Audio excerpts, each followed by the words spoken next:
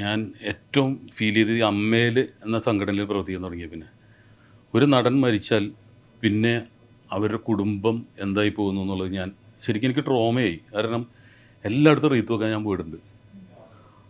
അതിനുശേഷം പിന്നെ ഒരാഴ്ച രണ്ടാഴ്ച നമ്മൾ ചിലപ്പോൾ അന്വേഷിക്കും. പിന്നെ അവർക്ക് സിനിമയുമായിട്ടൊരു ബന്ധം ഉണ്ടാവില്ല. അവിടെ നിന്ന് ആരെങ്കിലും സിനിമയിലേക്ക് വന്നിട്ടുണ്ടെങ്കിൽ ഒരു ബന്ധം ഉണ്ടാവും. പക്ഷെ പിന്നെ ആ കുടുംബം അനാഥമായി തീരും. ഇപ്പോൾ ഈ ഏറ്റവും റീസെൻ്റായിട്ട് മേഘനാഥൻ്റെ വൈഫ് വിളിച്ചിട്ട് വീട്ടുകാർക്ക് എന്തെങ്കിലും സഹായം കിട്ടുമോ, നമുക്ക് ആ പേഴ്സണ് മാത്രമേ അമ്മയിൽ ബൈലോയിൽ സഹായം പറ്റുള്ളൂ, പിന്നെ നമുക്കൊന്നും ചെയ്യാൻ പറ്റാത്ത അവസ്ഥയാണ്. അപ്പോൾ അവർ ശരിക്കും ഐസൊലേറ്റഡ് ആവാണ്, ഒറ്റപ്പെട്ടു പോവാണ്. കാരണം നമുക്കൊന്നും ചെയ്യാൻ പറ്റാത്ത, നമ്മളടുത്ത കാര്യത്തിലേക്ക് കിടക്കുകയാണല്ലോ. ഒരു കലാകാരൻ ഒരു കുടുംബത്തിൽ നിന്ന് നഷ്ടമാകുമ്പോൾ ആ കുടുംബം അനാഥമായി പോവാണ്. എനിക്ക് ഈ മരണ വീട്ടിൽ ചെന്ന് വെച്ച് കഴിഞ്ഞ് ചുറ്റുപാടും കാര്യങ്ങളും എൻ്റെ ശരീരത്തിലോട്ട് കയറാൻ തുടങ്ങി.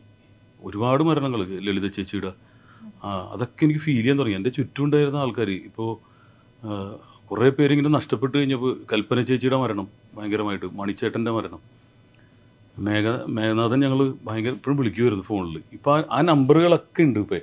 പക്ഷേ വിളിക്കുമ്പോൾ അപ്പുറത്ത് ആളില്ല എന്നുള്ളത് ഓർക്കുമ്പോൾ എനിക്ക് ഭയങ്കരമായിട്ട് ഇത് ചെയ്യാറുണ്ട്. പിന്നെ ഞാനതങ്ങ് തലേന്ന് അങ്ങോട്ട് എടുത്തു കളഞ്ഞു. ഞാൻ പറഞ്ഞു ഇനി എന്നെ റീത്ത് വെക്കാൻ പോവാണ്, എന്നെ വിളിക്കരുത്. കാരണം അത് ഭയങ്കരമായിട്ട് നമുക്ക്, കാരണം കഴിഞ്ഞ ജനറൽ ബോഡിക്ക് കെട്ടിപ്പിടിച്ച് പിരിഞ്ഞ, അല്ലെങ്കിൽ ഞാനിവരായിട്ടൊക്കെ എപ്പോഴും കോണ്ടാക്ട് ചെയ്യാറുണ്ട്. അപ്പോൾ എന്തെങ്കിലും ആവശ്യമുണ്ടെങ്കിൽ അവർ തിരിച്ച് വിളിക്കാറുണ്ട്. കാരണം 7 വർഷമല്ല അമ്മയിൽ. അപ്പോൾ ഇപ്പോൾ ഇൻഷുറൻസിൻ്റെ കാര്യമാണെങ്കിലും എന്നെ വിളിക്കാറുണ്ട്. പെട്ടെന്നാണ് ആ ശബ്ദം നിലച്ചു പോണത്.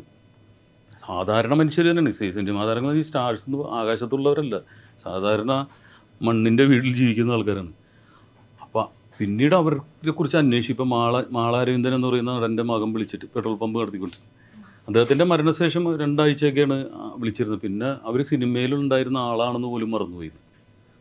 അത്ര ഐസൊലേറ്റഡ് ആയി പോവാണ് അവർ. അപ്പോൾ അതെന്നെ ഭയങ്കരമായിട്ട്, കാരണം നാളെയും എൻ്റെയും അവസ്ഥ ഇങ്ങനെ ആവുമല്ലോ എന്നുള്ളത് ഈ എൻ്റെ തലയിൽ കയറിയിട്ട് അത് കയറി അങ്ങനെ ചെയ്യാൻ പാടില്ല, നമ്മൾ വിട്ടുകളയണമെന്ന് പറഞ്ഞത്.